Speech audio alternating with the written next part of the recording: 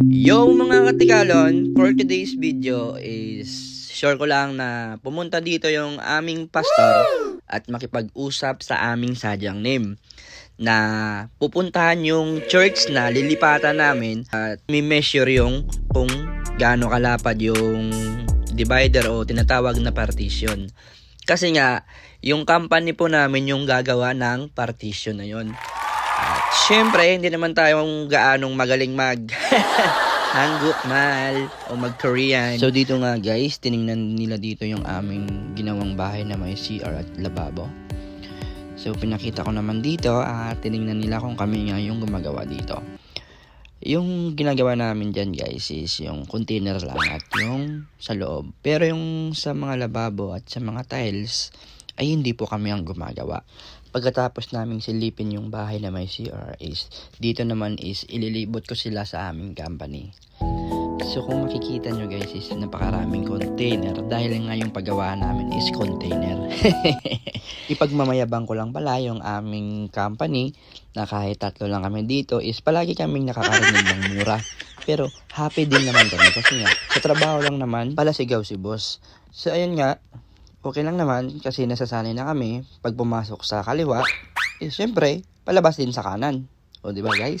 Tama naman, di ba? At dito nga, pinakita ko kay pastor kung ano bang gusto niyong mga panel na gagamitin. At ang sabi niya sa akin is, mas okay daw yung mas manipis pa daw doon sa tiningnan niya. Sabi ko sa kanya, yun yung ginamit namin na pinakamanipis na panel.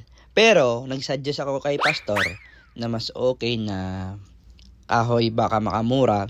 Gagawa lang kami ng kahoy na bracket at back to back na plywood. Meron namang styrofoam sa gitna, pero depende pa rin sa usapan nila ng aming sadyang name. Dahil yung sadyang name naman namin yung mag-negotiation sa kanila.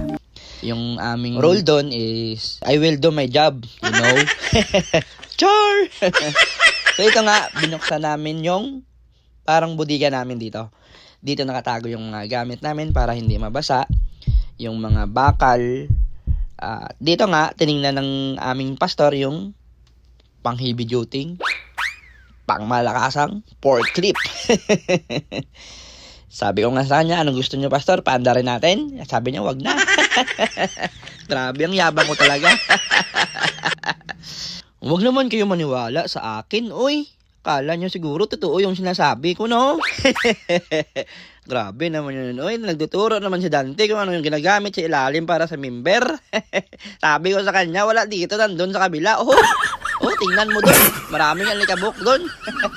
So, ayun nga guys, natakot sa alikabok. Hindi na pumunta doon. Nag-video-video na lang dito. Char! So, ayun nga, parang na-amaze lang sa guys na marami kami container na ginagawa dito. At yung iba pala yung mga container na flat is nagre-rent yung mga mga construction worker, ginagawa nilang mga barracks, parang sa Pilipinas is banghouse, parang ganon.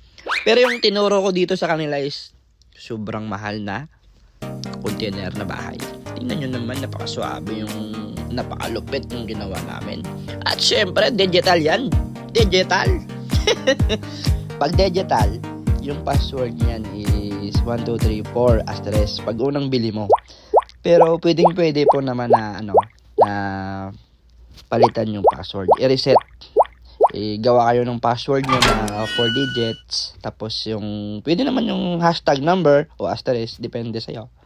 At yun nga, tinignan ni Bro Dante at binibidyohan niya yung ginagawa namin. Syempre, ipagmayabang natin yung gawa natin. At syempre, kinapa ko yung sahig. Sabi ko sa kanya, ito yung ginawa ko eh. Grabe naman yun. Oy, pagmamayabang ko talaga. Sabi ni Pastor, tingnan nyo nga, maganda. Uy, grabe nga, maganda. Yun nga siguro yung mahal. Kasi nga, maganda eh. So, ayun nga yung ginagamit namin na bomb truck, guys. At pumunta dito si Bro Dante. Hanggang dito na lang yung aking video. #Katikalon.